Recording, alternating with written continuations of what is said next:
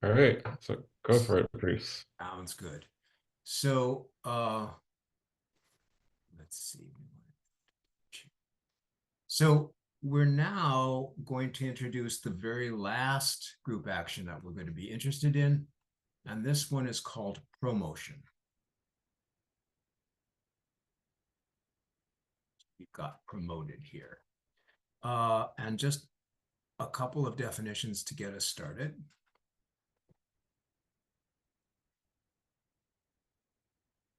So let P be a poset as usual. And just for notation, I'm going to let L of P be the set of linear extensions.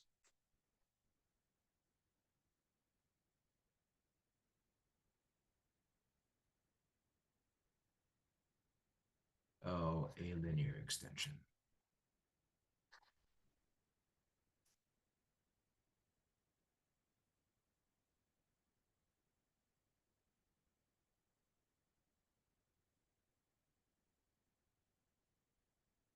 And we're going to want to view linear extensions slightly differently for this part of the talk. So we can view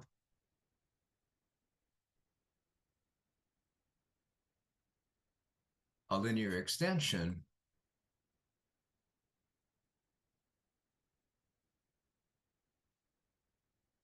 as a labeling of P. This is going to be the preferred way to do it now. So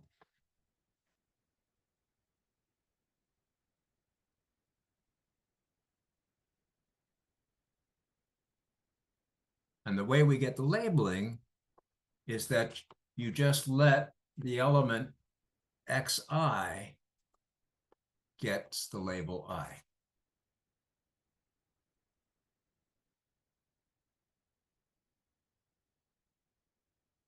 Right, so quick example. Suppose we have P being this disjoint union of two element chains.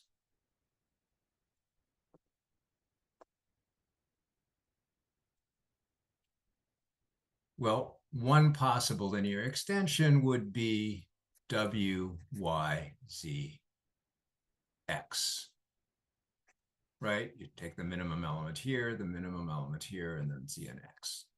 This would correspond to the following labeling, right? W is the first element, so it gets labeled 1. Y is the second element, so it gets labeled 2. Z is the third element, so it gets labeled 3. X is the fourth element, so it gets labeled 4. Everybody see how this labeling procedure works? Any questions about that? This will be crucial to everything we're going to do. Okay, so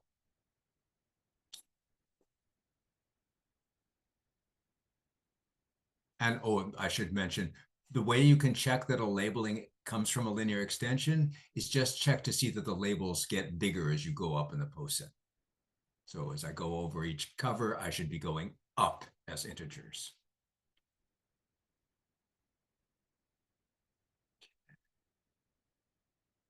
Oh, well, that's a pain. It tells me that my page limit has been reached. So how do I remove pages here?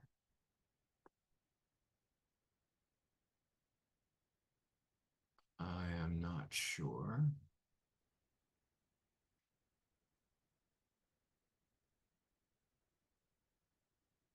I think I'm going to have to close the whiteboard and try reopening so I can get it cleaned.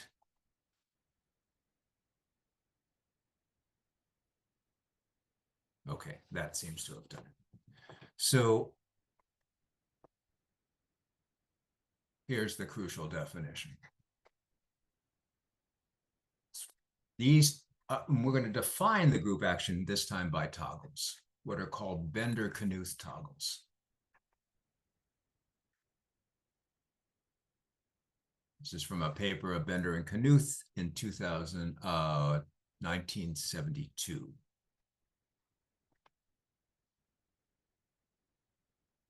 So Bender-Knuth toggles are going to be functions from linear extensions to linear extensions.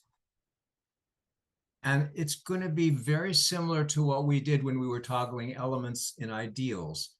If I apply SI to my linear extension, I get one of two things. I either get L with I and I plus 1 switched. So just interchange the two. But of course, we can only do that if this is still a linear extension.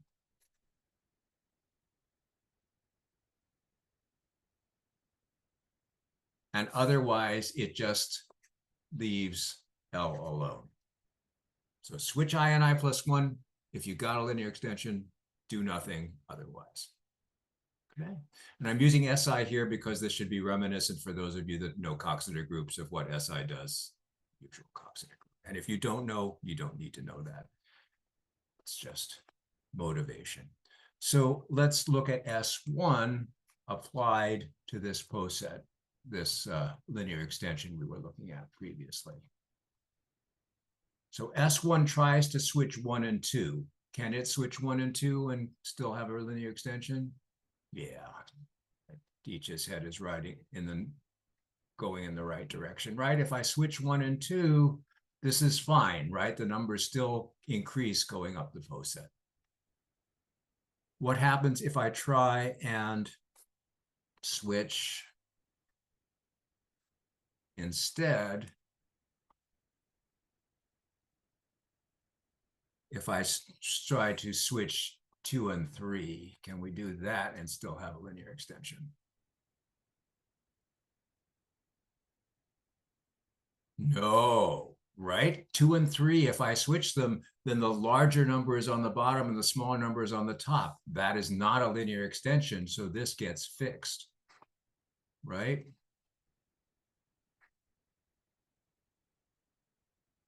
Since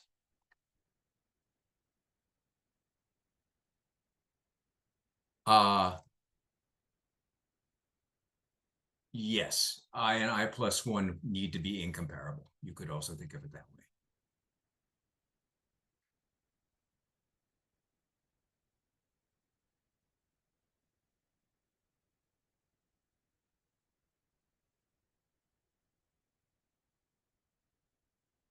I wrote it out in terms of this being an L of P because to make it as similar as possible to the definition of the toggles, TIs, right? It's the same idea. You do it if you can, you don't do anything if you can't. Everybody happy with this example and the definition of these guys? Okay, well, now we're going to define promotion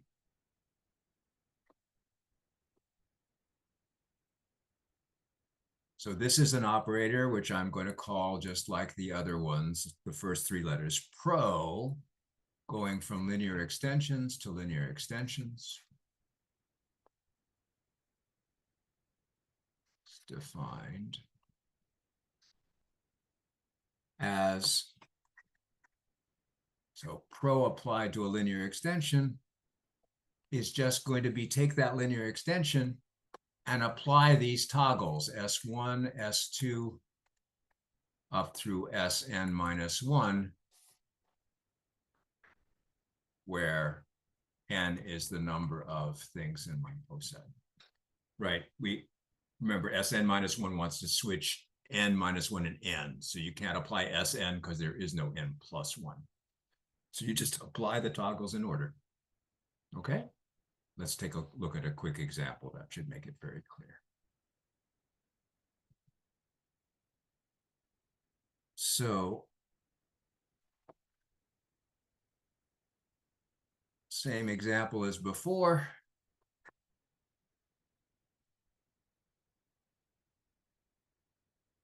So I apply S1.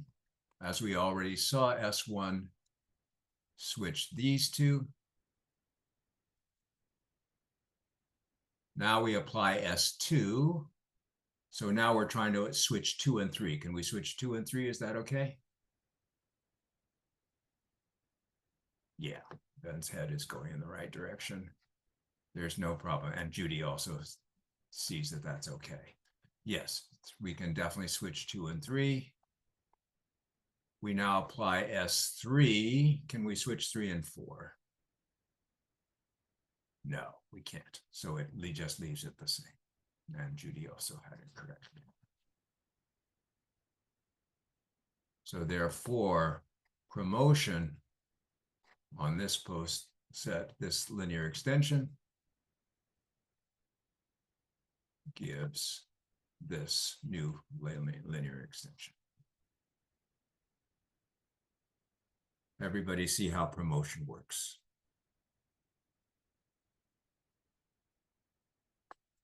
Well, let me write down the orbits.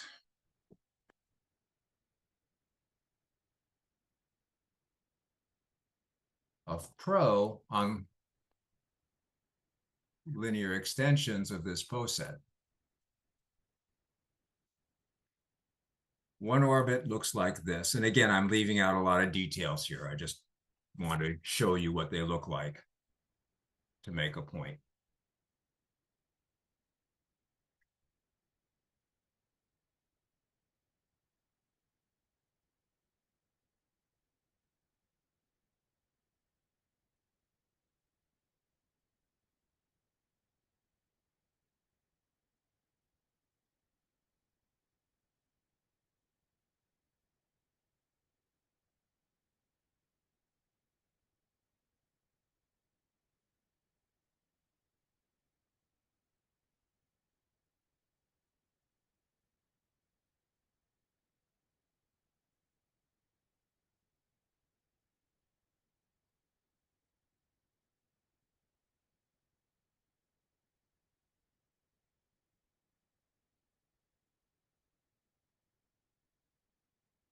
Have we seen orbit structure like this before? Yes, it's exactly the same as what we had on bit strings and what we had on row motion, right? And again, this is not an accident. There is something going on here, which we will need to look at more closely. Okay.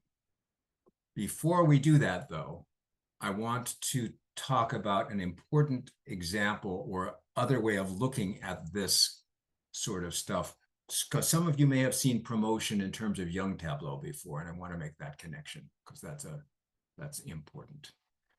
So some definitions that we need first of all. Okay. And these should be familiar to most of you, but just to make sure. So a partition of n, an integer n, is a weakly decreasing sequence of positive integers.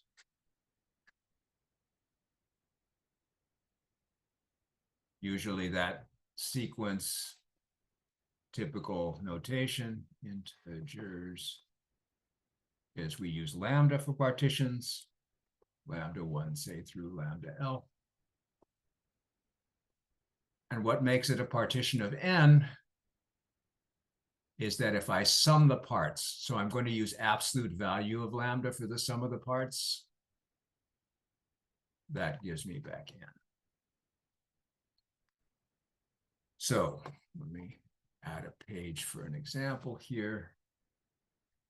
If I have lambda equal 3, 3, 1, then it's a partition of 3 plus 3 plus 1, which is 7. And I'm going to go through these pretty fast because I think most people have seen them, but if anything is not familiar, stop me and ask for clarifications. Okay. then associated with such a partition is a Young diagram. So a Young diagram. And I'm going to do my diagrams in the English notation, not the French or the Russian notations. So this has lambda I boxes in row I from the top. Right, so English notation. So the Young diagram here would have, and we make no distinction between the partition and its Young diagram. We'd have 3 boxes in the first row, 3 boxes in the next row, and 1 box.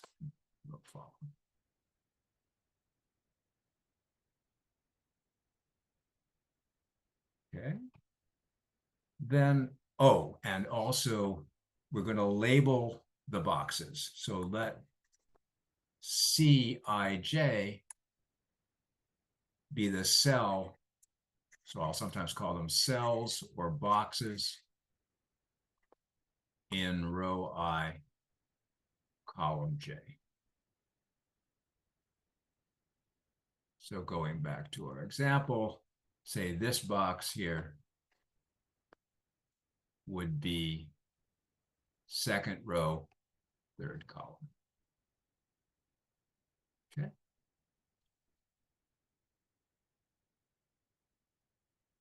So now we're going to want to look at skew diagrams. So if mu is contained in lambda, by which I mean that the diagram of mu is contained in the diagram of lambda, then the corresponding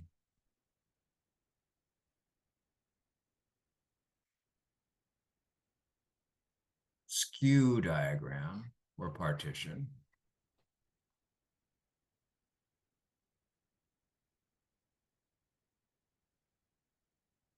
it's denoted lambda over mu, and it's just all the cells which are in lambda that are not in mu. So it's what we were using that different sign for before when we were talking about sets. So for example, if mu here was 2, which would be this diagram, lambda over mu is you just take lambda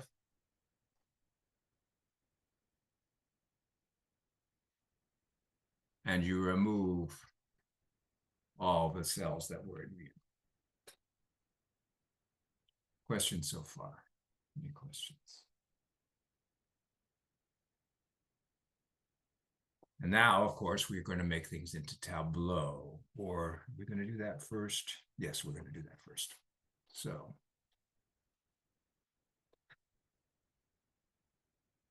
a standard Young tableau.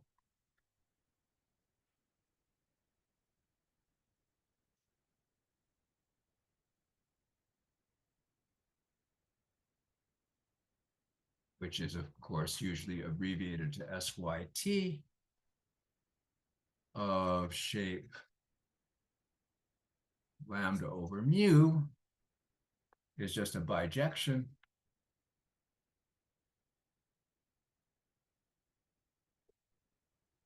T from lambda over mu, and here I'm meaning the cells of lambda over mu, to 1 through n,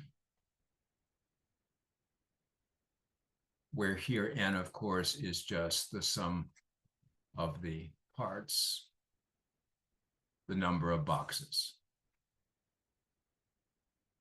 And what makes it standard such is that rows and columns increase, going left to right and top to bottom. So for example, here, for this shape,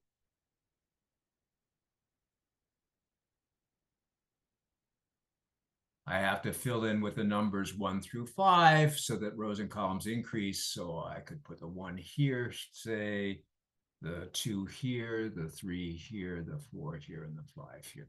So this would be a standard Young tableau of shape lambda. This is the notation I'll use. I'll put that in the other. So SYT lambda over mu is the set of such tableau.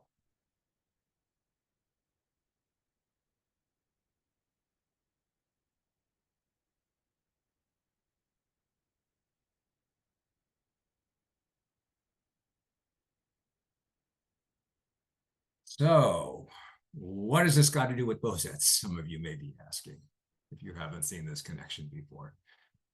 Actually, quite a lot. So let me show you the explicit connection with bosets. So associated with any diagram is a poset, which I'll call P of lambda over mu. And it's the poset gotten, so it's the poset on the cells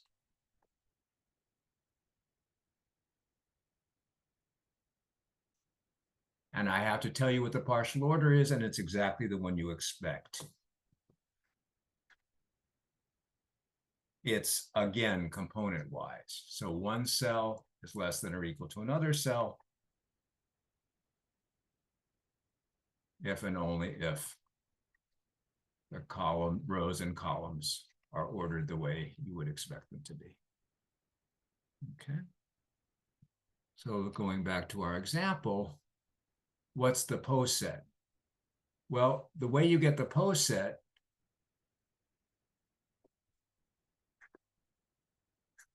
is you can think of put a little dot in each square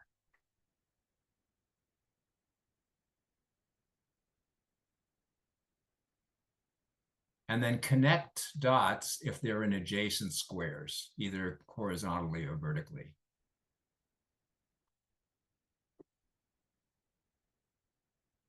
Which, if we were to write it in the normal manner, right, these would be the smallest elements. So you need to rotate it by, so actually this is actually the way we would normally write it. The way we would normally write it would be rotating it so that this becomes this. So this is P. Everybody see how we're turning this into a poset? Okay, so what about standard tableau then? Where do those come into the picture? Well, they come into the picture very nicely.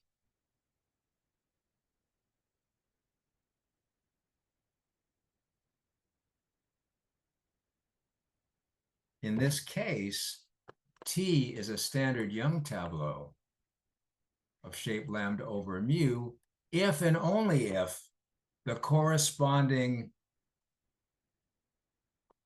thing when you put it on the poset is a linear extension of the corresponding poset. Again, let's go back and you'll see this immediately, right?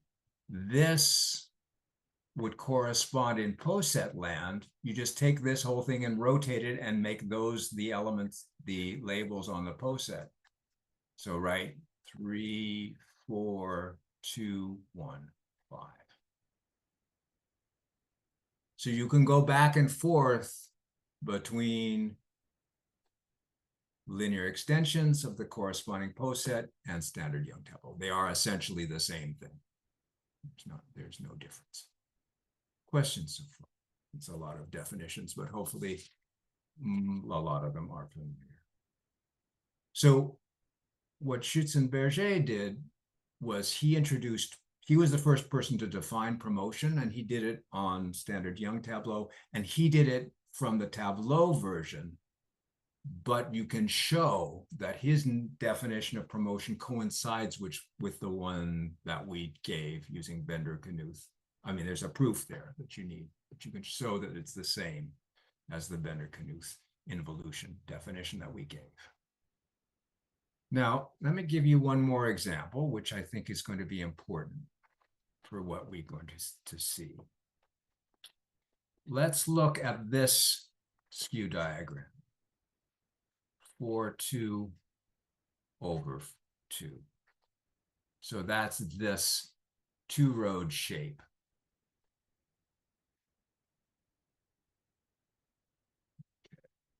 What are the standard Young tableau here?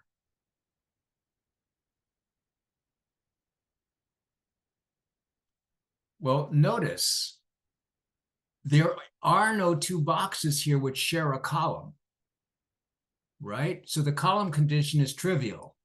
We only need to worry about the rows and make sure each row is increasing. So we can do that. So we can, right? The first row could be 1, 2, and then we could put 3, 4 here. The first row could be 1, 3, and then we would put 2, 4 here. The first row could be 1, 4, and then we could put 2, 3 here.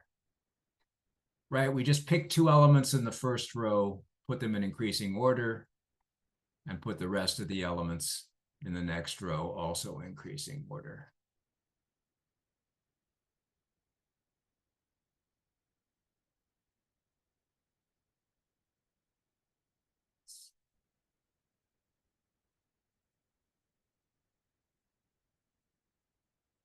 But now wait a minute. Remember, what are the linear extensions of this poset that we were looking at before? Well, it's the same thing, right? You pick two elements to go on the first chain, put them in increasing order, and then pick two elements of the second chain and put them in increasing order. So these correspond exactly to the linear extensions of this poset.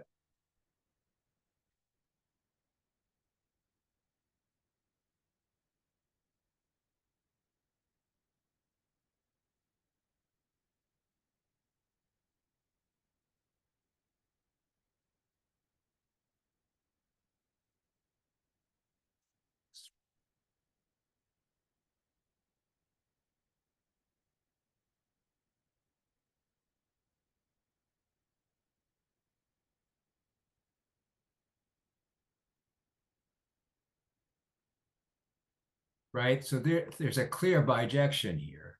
And in general,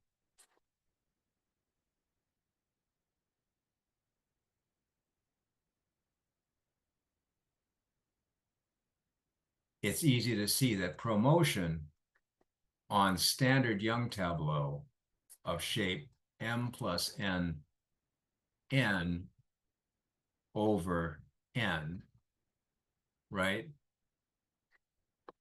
Same thing as here. You have m plus n things in the first row.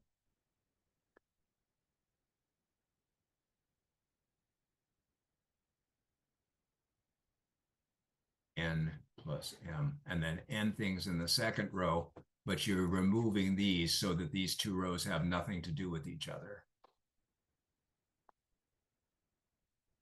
And on this disjoint union of two chains, these have the same orbit structure. Because they're essentially this, they're just relabelings, two ways of looking at the same operation. And so we'll freely go back and forth between these two ways of looking at things. Very good. Questions about the way of this tableau way of looking at things?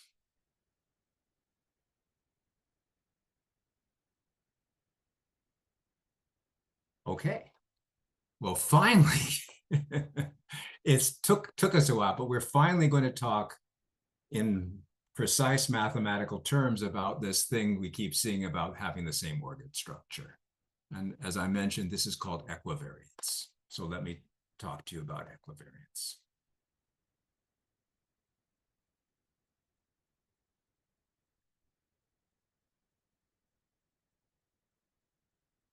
Equivariance.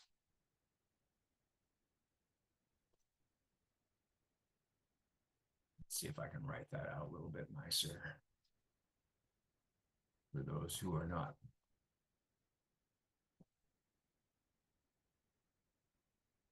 There.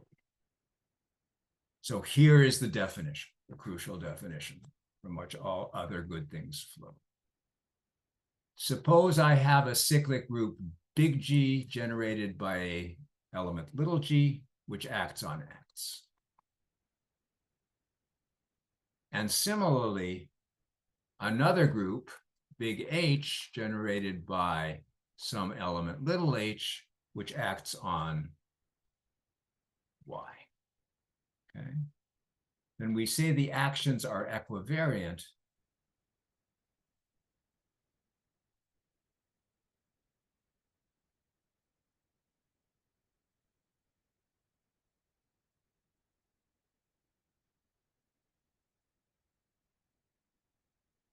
And we're going to write that by little g x, and then an equivalent sign little h y.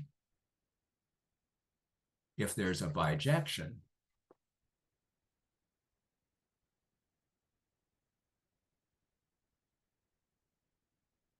say f from x to y, so x and y have the same number of elements, such that the following diagram commutes.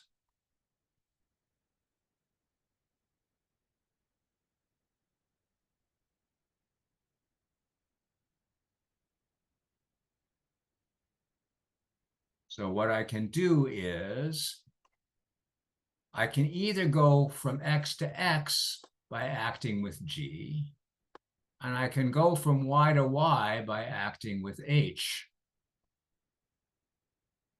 But we can also go from x to y by applying the bijection f. So if it doesn't matter whether we do g first and then apply f, or apply f first and then do h, we get the same result. So if you don't like such commutative diagrams, an equivalent way of saying this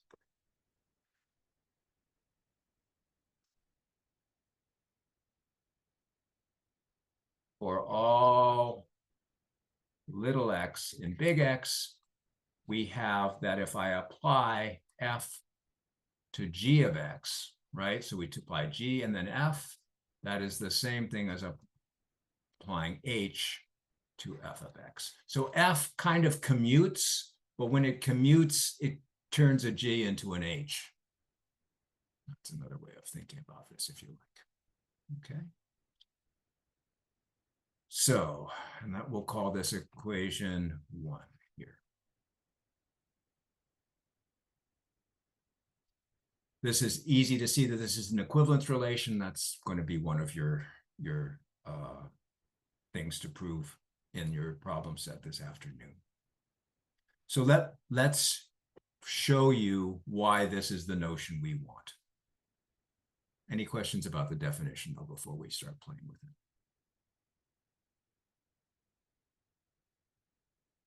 Okay, so here's proposition 10. Suppose we have an equivariant pair. So suppose that little gx is equivariant with little hy via a bijection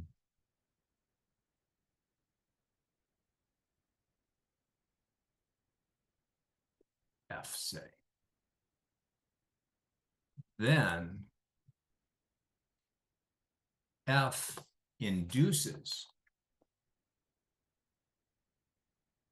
a bijection on orbits.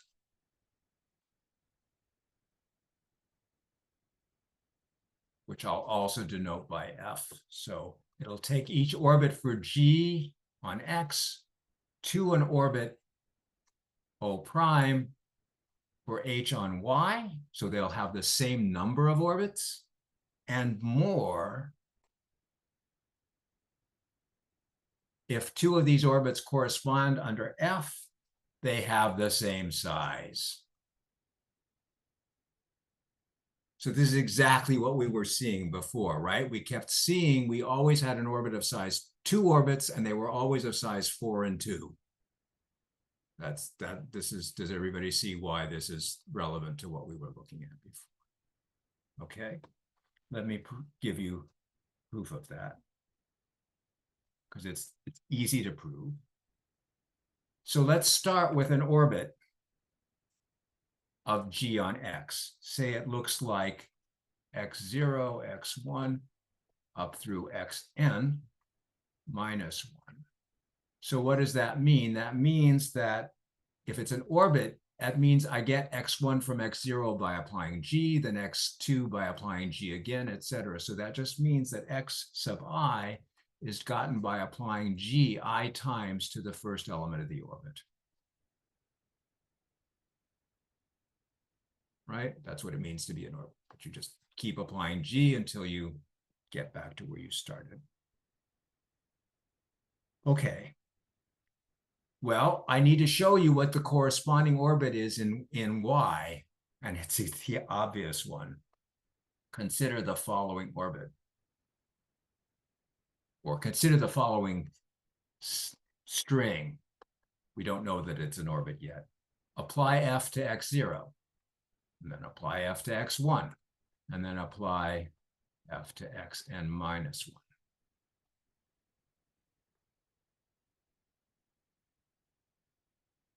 Right? So that's some string of elements in Y, right? Because F is a bijection. I should have probably said this up here. Remember, F is going from X to Y. So this is some set of elements of Y. Well, first of all, we want these two to have the same cardinality. Why do they have the same cardinality?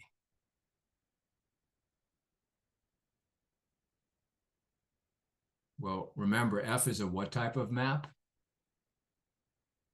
It's a bijection. If I apply a bijection to a set of certain cardinality, the set output set has got the same cardinality, right?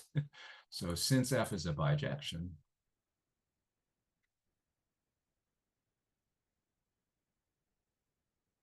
we know that the cardinality of O and the cardinality of O prime are indeed the same.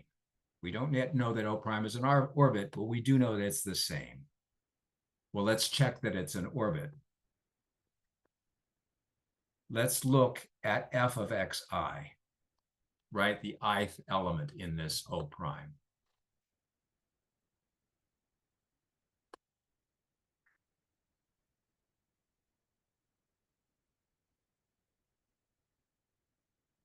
Well, remember, what is Xi? Xi is Gi applied to X0.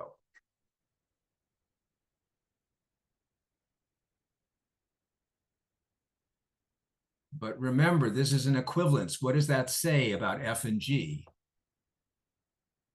They commute, except that when you pull the G past the F, it becomes an H, right? So I'll pull this first G past there and it'll become an H. Then I'll pull the second G past there and become an H. I keep doing that. What will I get eventually? Well, I'll just get IHs outside, which were these IGs, and then F. Just by using the equivalence class. So by the equivalence.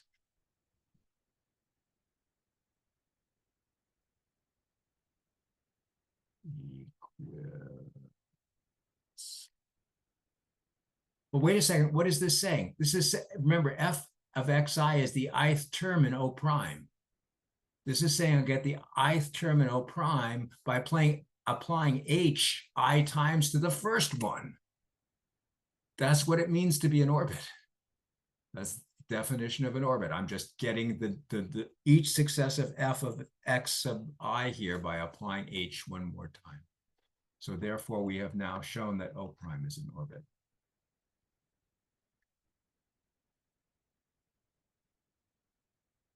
Of the action of H on Y. So, and then what else do we have to show? We now have to show that this is actually a bijection, and I'm going to leave that as usual as an exercise. So, showing O to O prime, a bijection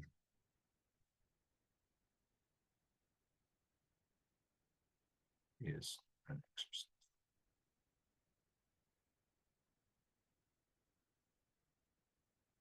Okay, any questions about this?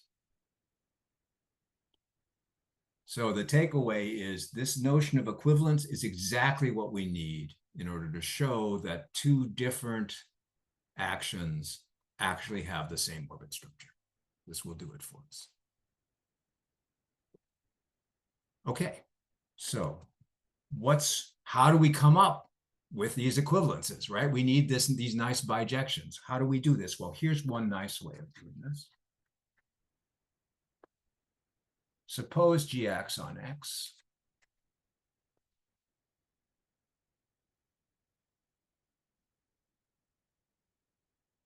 and that G and H are two elements of my group which are conjugate, right? Conjugate, right? G is equal to conjugating H by some element K. In that case, GX is equivalent to HX. So conjugate elements of the same group give you equivalent actions. And so, of course, we can apply everything we know about conjugates in this case. Here, the proof is, again, going to be an exercise.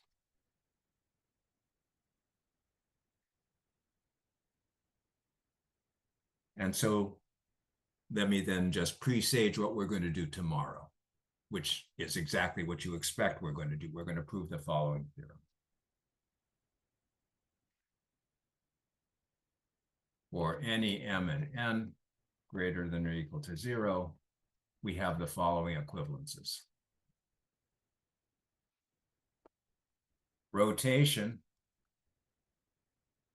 on bit strings of length m plus n with n ones is equivalent to row motion on the ideals of an m by n of the product m cross n, and though that in turn is equivalent to promotion on linear extensions of the disjoint union of those two chains rather than their product. These are all three the same operation. So prove tomorrow.